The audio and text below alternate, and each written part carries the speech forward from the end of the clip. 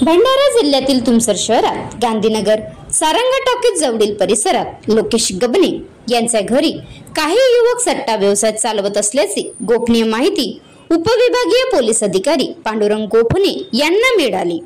या माहितीच्या आधारे त्यांनी त्वरित कारवाईचे आदेश देत पोलीस उपनिरीक्षक विजय पंचबुदे यांच्या नेतृत्वाखाली पोलीस हवालदार भोंडेकर, अंमलदार रवी आडे, उमेश सार्वे, पवन कनेरकर, गजानन ठाकरे व महिला पोलीस सिपाई सुनीता ढबाले यांचे पथक तयार केले।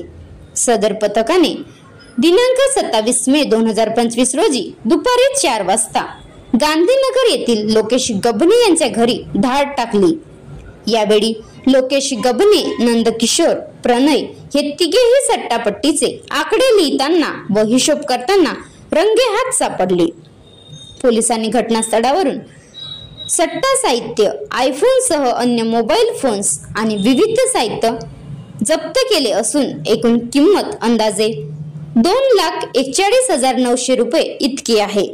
या प्रकरणी संबंधित आरोपींवर महाराष्ट्र जुगार प्रतिबंधक अधिनियम अंतर्गत गुन्हा दाखल करण्यात आला असून पुढील तपास पोलीस उपनिरीक्षक विजय पंचबुदे व त्यांचे सहकारी करीत आहेत। महाराष्ट्र लाईव्ह न्यूज अमृतलाल चरडे, विदर्भ प्रतिनिधी, तुमसर। आता गाडीवर मोबाईल नंबर नाही तर इमर्जन्सी QR कोड वापरा, जे तुम्हाला अडचणीच्या वेळी साथ देईल। बनवा व्हिडिओ, पाठवा व्हिडिओ, आम्ही तुमच्या न्याय हक्कासाठी लढा देऊ। ताज्या बातम्या व घडामोडींसाठी पाहत राहा फक्त महाराष्ट्र लाईव्ह न्यूज।